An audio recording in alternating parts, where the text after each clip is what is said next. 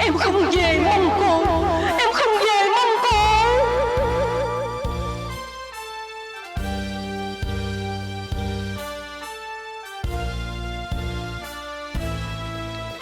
Cô thật duyên.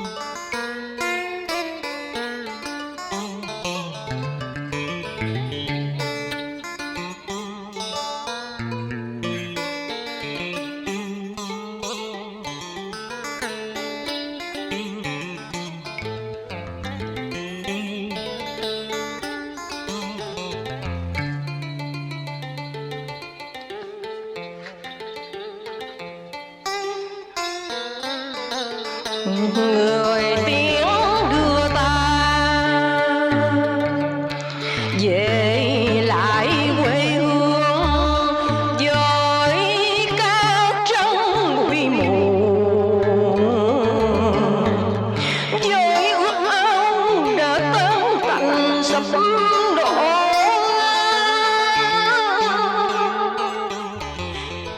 với kỷ niệm chưa thành sao đành vội gió tan đi.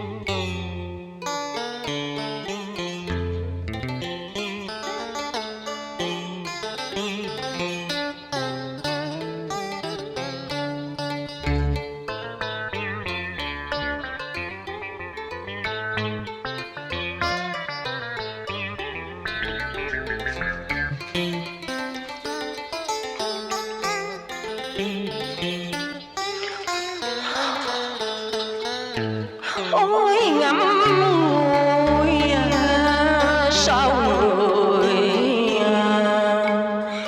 lại tiếng đưa ta, còn thương nhau mấy là còn khổ bấy nhiêu. Một bước xa rồi lòng chợt thấy quặn đau.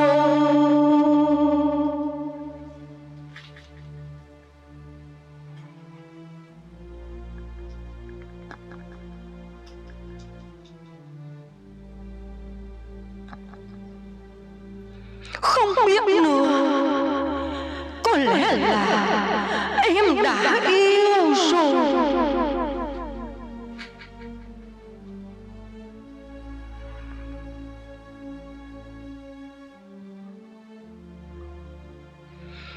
Một người xa lạ mà em mới gặp lần đầu.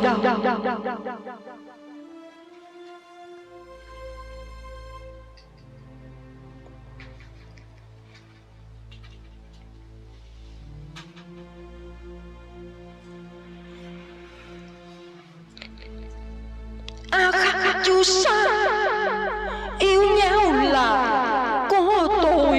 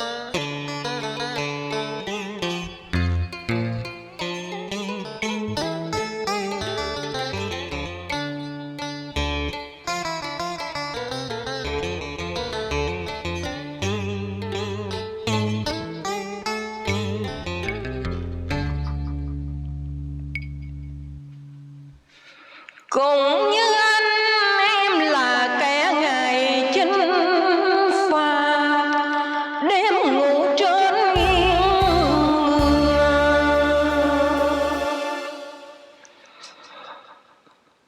giao yểm ra quy chưa bao giờ biết sợ, sao bỗng nhiên nghe lạnh cả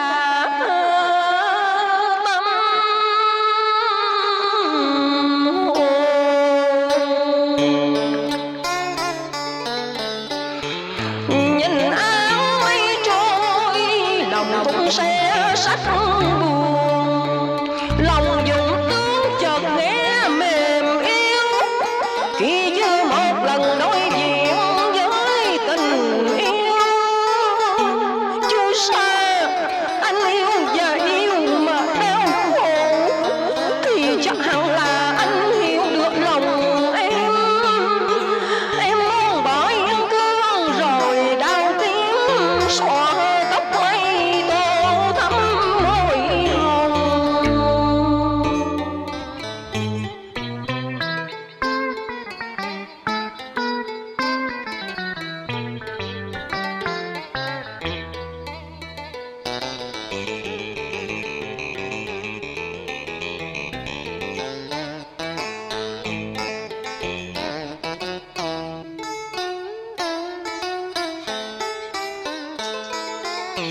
Không, người ta vẫn hận hồn và xem em như